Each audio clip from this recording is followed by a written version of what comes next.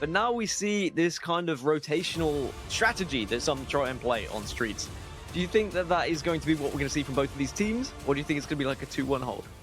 From what I know about the PK Knights, they like their trip caps. And I think that that's typically the dominant strategy on strongholds, especially across the more dominant teams, especially the better teams in North America. They're always trying to push for that trip cap because of the amount of points you can gain in such a short period of domination, right? If you can just dominate the map for a minute, maybe two, if you can keep control of power weapons, power ups, and fully utilize not only the small maps that are the arena maps in Halo Infinite, but the movement skill to allow you to traverse, to quickly rotate between the three. And if you can keep three strongholds in your favor, you can basically win the game there in about a 2-minute standpoint, as long as you're able to dominate. It's easy to punish if you overextend, which is the other side of the coin, but if you're clearly the better team, a lot of the time you can use that momentum in your advantage and you can really steal some of these games. So we'll find out if a trip cap is going to happen here on streets. It happened early on recharge for the Knights. We're underway, tapping buttons. He's got rockets in hands. He's already going to be capturing B. He's under heavy fire, but they're going to be the first points on the boards going towards the Knights as well. Different map, but same start. The PK Knights making sure they're the first team to be scoring. They were able to get control of those rockets as well. And Noble doing what he can to stay alive here on the arcade side of the map, but Grenades should be able to help him and will help him indeed.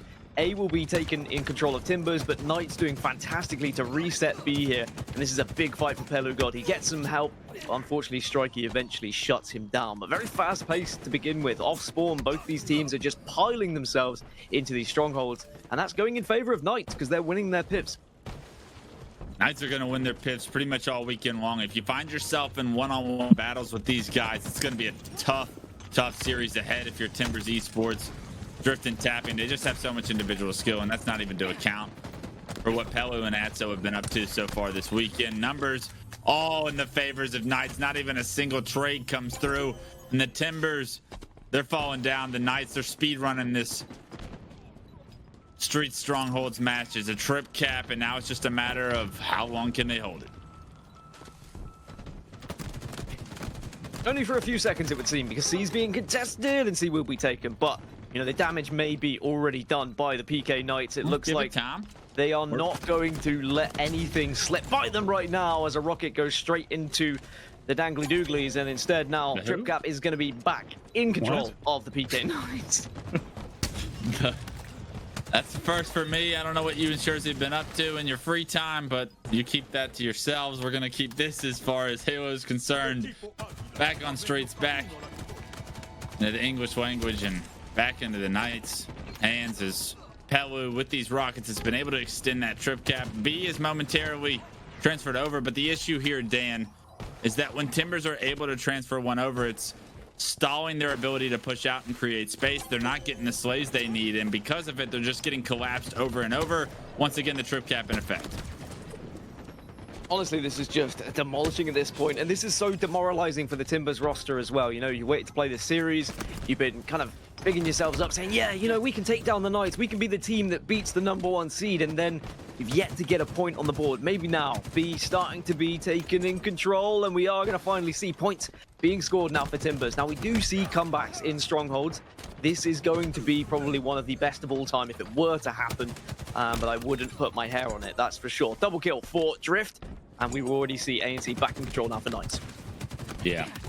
This ain't gonna happen. I'm gonna let you know right now. Drift shooting too well, finds a second kill of his life, gonna play his life well as he can over in this red room. Good grenades from Gambino to capitalize on that damage, but you can just tell the way the Knights are moving. Every time we switch to their screens, they're the ones being aggressive. They're the ones on the balls at their toes, and that's how you win Halo games, especially in Infinite. You got to be aggressive. You got to take space. And Knights, they're just taking space, taking kills, taking faces, and 3 down for Timbers once again. With rockets coming up, it's going to be a very difficult time for them if they can't secure these rockets.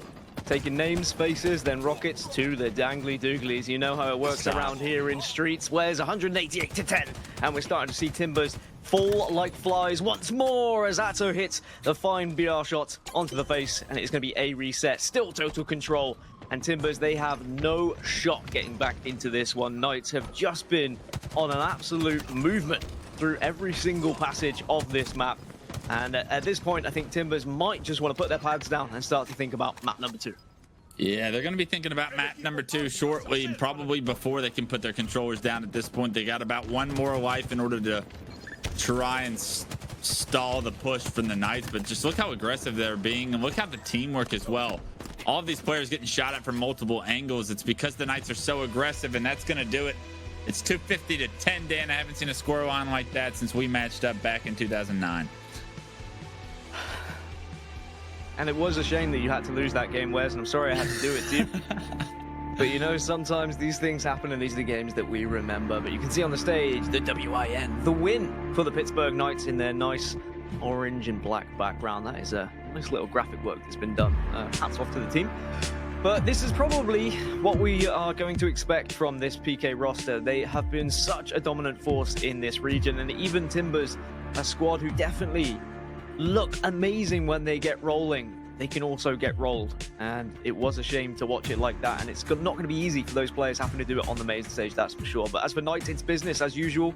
You know, this is another day in the office for them, and they're making sure that they are getting this one done quickly so that they can get ready for that winners bracket finals tomorrow, when we start to, of course, find out who would be joining them in the Orlando Major, because there are 3 spots and we've already got 2 of them guaranteed once we've got to those winners finals, and PK are on their way at the moment. Those are the kills then, 12 kills spread between 3 of the players, only Atso getting less than, but I don't think the KDs really matter at that much.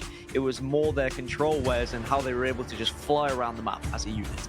Yeah, the teamwork, it was clear as day, right? The angles that they were able to have, everybody on the same page, and everybody playing at the same pace for the Knights, and that was a difficult pace for Timbers to kind of deal with. And Dan, as we continue to explore other regions, as we have the European regional, as we have this MX regional, as we go over to North America shortly, it's very clear the different tiers of teams as we continue throughout brackets. We wondered how big of a difference there was going to be between the Knights and Timbers. And even in just game 1, you can see why the Knights are such a dominant team, have the record they do, have the prestigious accolades that they've been able to acquire here in this region. And this is why when they come over to North America, they can push the Sentinels to a game 5.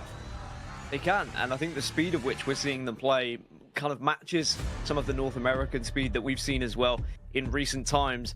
And I am wondering whether, you know, this series is gonna be one of those where it's just domination after domination after domination. I'm hoping, I'm crossing fingers, I'm crossing toes, as you said, that maybe this was just a bad game type for Timbers, but we'll have to see whether this can change going into game number 2, which of course is going to be Slayer on Catalyst.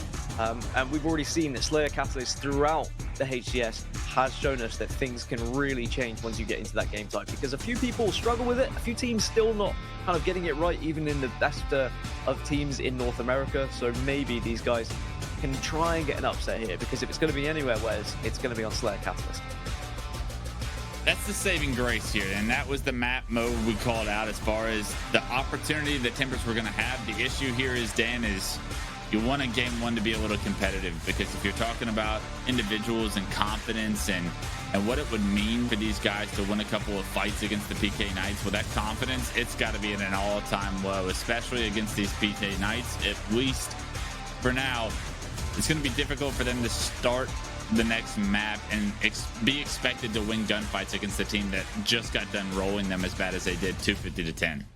Well, I'll tell you what, Wes, let's take a look at that series layout once more. No, we won't. We'll look at the replays instead, because I fancy looking... No, wait, it's a live game, Wes. This is gameplay, Dan. This is gameplay. We're into Catalyst already. It's 4-3. Ignore everything I've just said, as the skewer is going to be in the hands of Strikey. Much better start for Timbers as of right now. Only down 2 kills, but I mean, we're only about 40 seconds in, so we'll see how quickly that changes. Drift finds 2 in the kill feed, and Strikey gonna need to strike while the iron's, I guess, cold. You need to heat it up. Turn the iron on first off, and maybe hit a couple of skewer shots. That would be nice for Timbers fans in the crowd to see, but Orsa just trying to play his life right now, and map control starting to get smaller and smaller, continuing to shrink as the Knights continue to collapse. 3 dead, and Timbers and Strikey leading the charge to try and get back into it. Already 4 kills behind the Timbers find themselves, and it's always difficult fights to be taking in these bases because there's so many pillars you can hide behind, and Knights do it perfectly. They eliminate all 4 members of Timbers. They make it 14-6, and we're already on our way, Wes, to another stomp here if it carries on this way. Or tapping buttons also going for the montage clips. He didn't miss those often, but fortunately for Timbers, he misses that one. Will really make a difference. Is the question. Can't get the kill, and Nugget, Noble, they find an opening. They create a numbers advantage for what feels like the first time in this series. That would have been a phenomenal skewer shot on the respawner of Pelu across the map. Unfortunately, just centimeters off, and with Overshield coming up, it's a 3-kill game. Kills going in the hands of Timbers. They may be able to get a little bit of momentum now if they can secure this Overshield and put it to use. Timbers are all 4 dead, but then they manage to get 3 down on the side of Knights. Is that going to be the difference? Is there going to be one player that just catches them out, waiting around the corner, maybe looking for a little bit of an ambush situation as it's a 2 versus 1, and Timbers unfortunately lose 2 players. And there is also going to be a skewer now in the hands of Atso this time to try and work with. No one really connected with any kind of sexy shots yet with the skewer, but we'll see whether that changes the further we get into this game. I want to see some long-range shots being hit. I want to see someone hit a predicted projectile skewer across the map and really get us excited late at night. Well, that's a close one, but it will do, I guess. Well, fortunately for you, Atso perfectly times the last bullet of the skewer with the respawn of the new skewer. He's able to just pick up that ammo, keep it moving. Unfortunately, can't hit the next shot, and the reload time on this weapon, it's so costly when you miss one in the middle of combat.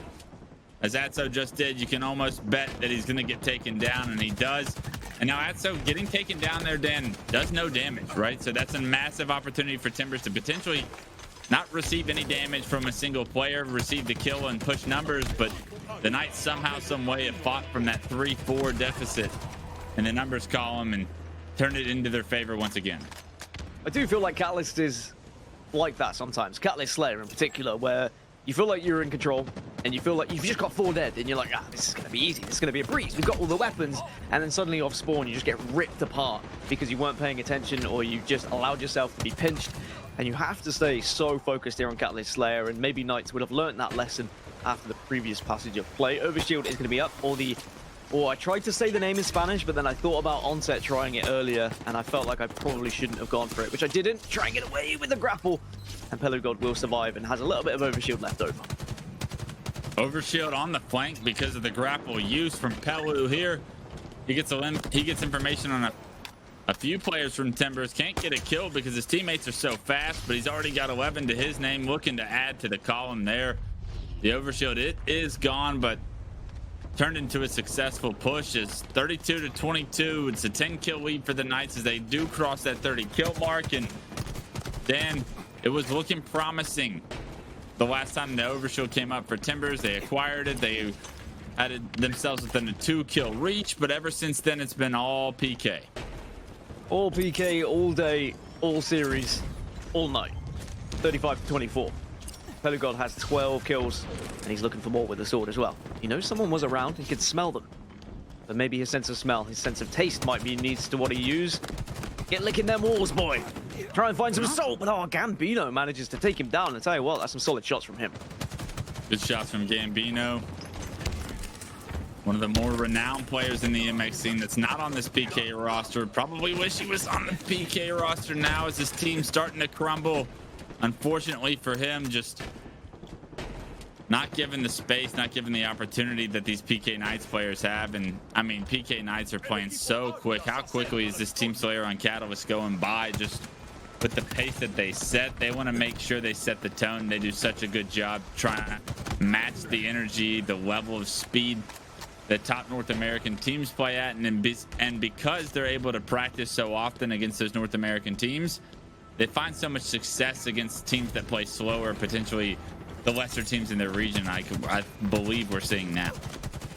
You are right. This is a very fast game. Blink and you'll miss it, or blink and you might end up on streets with what's been happening earlier. 45-34. Drift still alive. Oh, he does get taken down. We are seeing some good shots being hit by Timbers. I don't want to disrespect this team because I know how good they are, but they just look so second best against the PK Knights. But I feel like a lot of teams this tournament are going to look second best. It's very easy for us to harp on about how good the Knights are, but they certainly are showing what they're made of. Gambino, unfortunately, gets out-BR'd in that scenario against an old teammate, and suddenly the Knights are only a couple of kills away from making this 2-0 in the series. And you have to know that Tapping Buttons is going to be absolutely beelining it towards a player, because that's what he's been doing all tournament long, Wes. It's been the Tapping Buttons, aggressive push, run at everything, and let the rest of the team follow. But you've got to be careful. Okay, never mind. I was going to say 49-41. It is turned over to 50, and there was a little bit of worry in my mind when 2 players fell, but they were able to get the trade. 2-0 in the series, and a 50-41 Slayer Catalyst that went by so fast, Wes. And that means we're going to be going into Game 3 quite shortly.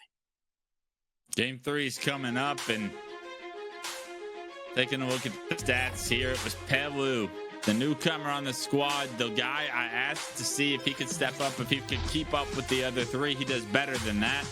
He dropped 17 to his name this time around. 17 and 10 performance from him. And when you're playing, Dan, against the guy that you replaced, right? There's a little extra chip on your shoulder, right? Tell me about the dynamics going through Pelo's motivation in this series, and not just the rest of the Knights here. Well, I'll tell you, Wes, when I used to get dropped back in the day and I had to go up against someone that would replace me, it inspired me and it made me play better. But then if you have to play them in a series and they start absolutely stomping your entire team, you start to say, fair enough, maybe they made the right choice. And that's not going to be a good mindset whatsoever, because then you're going to start to doubt your teammates. You're going to start to think about the good old days when you were on the #1 team in the region. And Gambino probably wishing that he could have that opportunity to be on this squad once more. But we have seen many a player come and go on this Pittsburgh Knights roster ever since and through Halo 5 and even previously in Halo 4. There are some players who have their moment in the limelight and then they drop down and unfortunately never really get back up either. But a fantastic performance on Slayer Catalyst. I'd be surprised even if we have replays, because it went by that fast. The replay operator probably sat down with his cup of tea. This one says be fabulous, by the way, because I just want to remind myself every day to be as fabulous as possible. And then he was like, oh, the game's over. So unfortunately, I doubt there's going to be any replays, Wes. But maybe for Game 3, who knows? He maybe didn't make it back to his chair from going to get tea Exactly. before it was already over. And that's how quickly the Knights can end it, right? That's how dominant this team is. And that being said, they look great. Dan, from what we've seen from Centenegra and Centenegra X even, being in the elimination bracket, is there any hope for the outsiders of the favorites going into the rest of the bracket? I know we still have 1 game left here. We can pretty much write this one in stone, I feel, after watching game 1 and 2, especially knowing that it's a recharge oddball, one that the better team typically wins a large percentage of the time. Is there any team in the tournament, I guess, that can stick out as the best competition for PK Knights? I think it has to be Centenegra, the squad that's in the winners finals, right? They seem to be the closest competitors. Centenegra X, from what I can see, did give a good effort in pool play against Pittsburgh Knights, but it wasn't good enough to even get them a map win. I will say, though, that I think if Timbers Esports are to drop down to the elimination bracket, which is where they're heading, I'd love to see that rematch between them and Centenegra X. They are looking, I'm sure, for revenge. But firstly, they've still got another game and potentially another few games if they can get back into this series. It's going to be Recharge Oddball to round out this third, maybe final map if the Knights can carry on. Atso's got the grapple, Atso's got the ball. All the pieces are starting to come together, and it is going to be a slight bit of goal control. But Atso knows full well that it's not going to be a full-on setup because of this. The push is coming through. The plasma pistol also helps him out. Manages to get 1. The nade almost got him 2, but not quite. Yeah, just look at what Atso's able to do even just by himself. He gets 1 player, knocks another to no shield, and everyone on the Knights just making plays left and right, Dan. That's a massive DPS output from just 1 individual on the team. Didn't even need an assist to make 2 players force their lives onto him. And with that, I mean, when everyone's able to perform like that, the game just becomes so easy. And right now, this is the screen I want to see Dan Drift with the shock rifle in hand. He's in a power position as well, and he is so strong when it comes to this. Can't hit the shot onto Noble, but if I know anything about Drift, these shots might not have connected, but I can almost guarantee that something's coming up shortly. He may have missed a few, but that's not going to phase him. These players will keep on firing until they suddenly find a skull to crack. or a skull to fry, I guess would be a better analogy here. And that one's just going to be a body shot. Now comes another body shot, gets the help from the team. And sometimes the body shot is all you need when you've got a team to work with you and the bodies are hitting the floor. 32-2. Ball control not quite in the hands of Knights, but at the moment it looks like they are just having fun running around and slaying. Not too concerned with the objective, even though they do have that 30-point lead ahead of them. They know they don't have to prioritize the eyeball. They know their stats are also recorded, and when you're up 2-0 this comfortable in a series, don't think that that's not in the back of their heads at some point or another. They know that objective isn't needing to be stressed nearly as much as maybe if they were playing the likes of Sentinels back in Kansas City. But for now, they've been able to control a majority of the power weapons. The power-ups are once again in their favor, and so let's see what he can do with Camo. Gonna be a little bit sneaky as Atso sees one. He's gonna have to fight another. Actually, that grenade can really help him out, and now he can be a real nuisance as well. Nugget is gonna be the one who has to take the fight. But unfortunately, Nugget walks into the wall that is Atso. A few body shots and a little bit of laughter as well from the man on your screen as he gets another kill on the board. 3 are dead for Timbers. And this is looking like Knights are just trying to have as much fun as possible now, whereas they are playing with their food. Something we learned about Atso so far throughout this series, he loves to crouch in individual fights, right? That's sometimes a successful way to make a player miss is throwing off their head, the reticle placement of the head. Just by crouching, giving it a consistent crouch too. Some people bob and weave when they crouch. Atso just hits people with that hard crouch, and with a good shot to back it up, he's been able to turn a couple of fights in his directions, but now drift with the sword. He's behind enemy lines. It's actually going to be drift with the shock rifle on screen. I believe it was tapping with the sword in the back of blue. The Knights solely focus on controlling these power weapons, and I mean, look at the difference in slays. That ball time hasn't amounted to much right now, but the slays are starting to heavily favor the Knights. Yeah, Timber's not really able to get any control at the moment because as soon as they spawn, there is a Knights player staring at them and usually drilling them with a battle rifle as well. It's not been a fun experience for the Timbers roster, but they have got 3 dead. Knights, just Pelugod, the last remaining player, but still, as a sole player on the map, he still has a presence, he's still doing damage, and he still makes 1 or 2 of those players from Timbers retreat ever so slightly, but they should know where the spawns are going to be. I don't think they've been able to set up accordingly, and now the ball could be under threat here because Pelugod is approaching pipes and he's got the sword to work with. You got to know he has sword. You've fallen victim to the sword already in Pelu's hands. You have to get out of that pipe situation. You have to figure out a way to create some space before he gets an easy kill, and unfortunately they don't do that. They lose numbers, and now the push from the Knights has been a successful one. They've broken what was Timbers' first real opportunity at a setup. They're not even able to play the ball. It's stuck towards elevator, and if Drift can just buy some time here, additional resources will come for the Knights, and they're going to find themselves with a very opportunistic setup of their own over towards the elevator. 1 minute left, and I don't think the Knights really care about this ball. It has to be said. They just want to put some numbers on the board. They want to pad those stats a little bit. They want to make those graphics look a little bit better when we start looking at tournament KD ratios. Although finally they've remembered there is an objective on the map. 51-16. They are starting now to scoring it closer to that 100, but with only 59 seconds, they could certainly continue to play Slayer like they have for the majority of this game. And I think this is what you were talking about, Wes, that it's hard to learn about this PK roster when they're playing in this way, because obviously we know how good they are, right? Individually so talented, the fact they are just able to slap around a team like Timbers in this manner.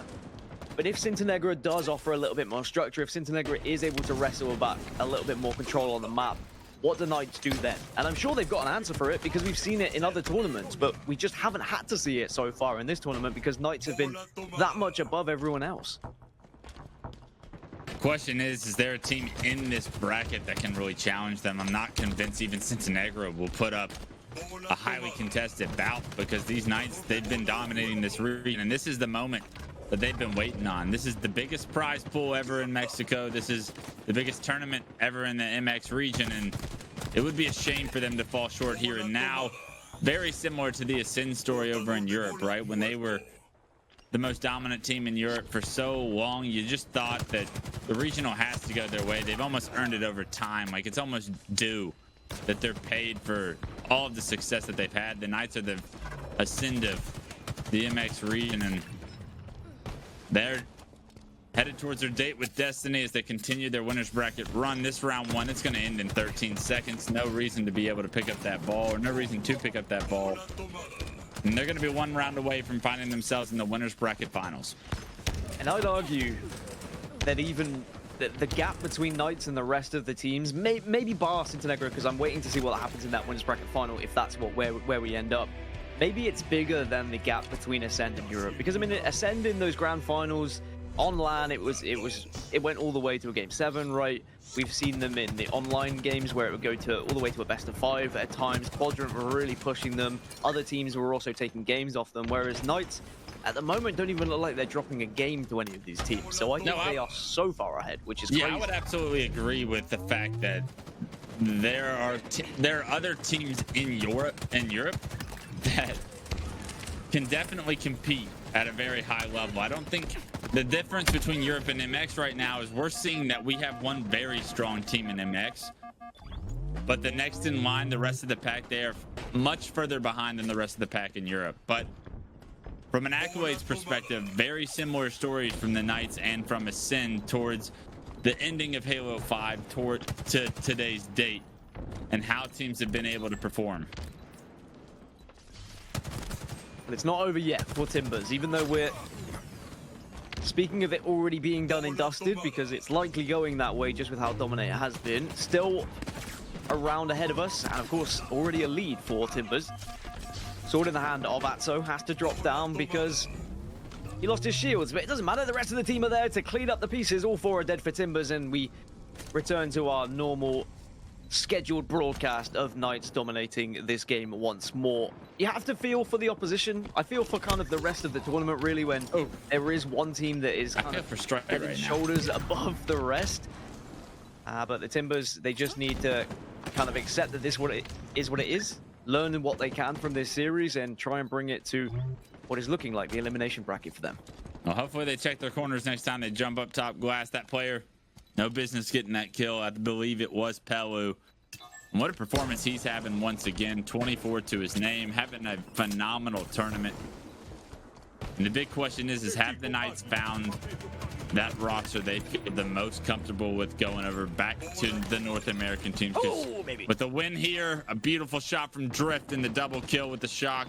Or with the win here in game 3, they're going to punch their ticket officially to Orlando, and Drift punching some shock rifle shots into the domes of Timber Esports. It's a triple kill from Drift. Can he find the Ove? It's being called out, but Pelu too quick to the trigger, able to take that player down, and Drift eventually does get his reign of terror stopped.